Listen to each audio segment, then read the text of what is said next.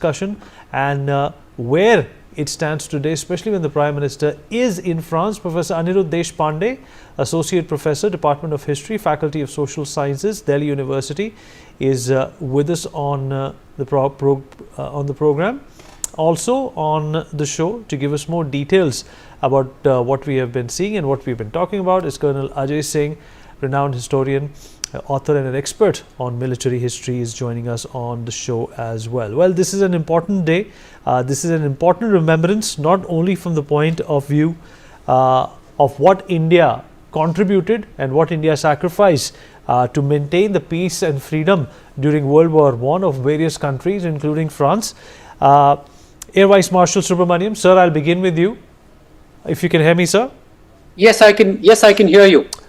Sir, the images that I narrated you through and our audiences as well, what would you like to describe about them? Of course, the valor and the sacrifice of Indian soldier is one thing, but it's also important to remember that there was a massive contribution in terms of being a force in World War I, and secondly, the loss of lives that was endured by the Indian soldier, which perhaps at this time or this moment in time is not recalled or reminisced as often as one would like.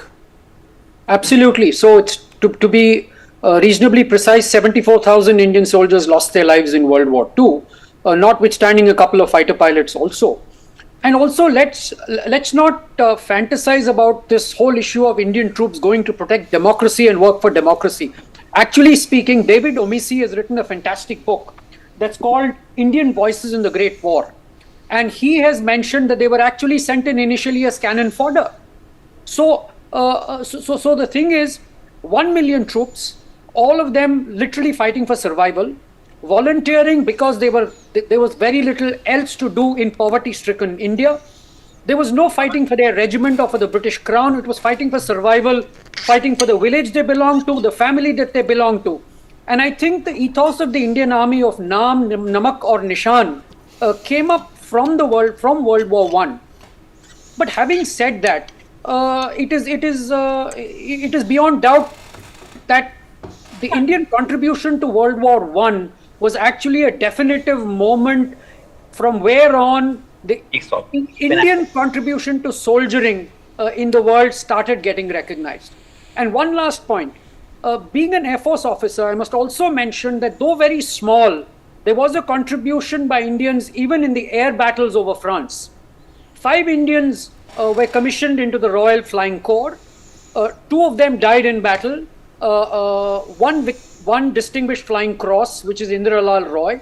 He survived for 19 days in combat, which is about 8 days more than the average number of time that a fighter pilot survived in World War I, which is 11 days. All right, sir. Let me also rope in Professor Anirudh Deshpande.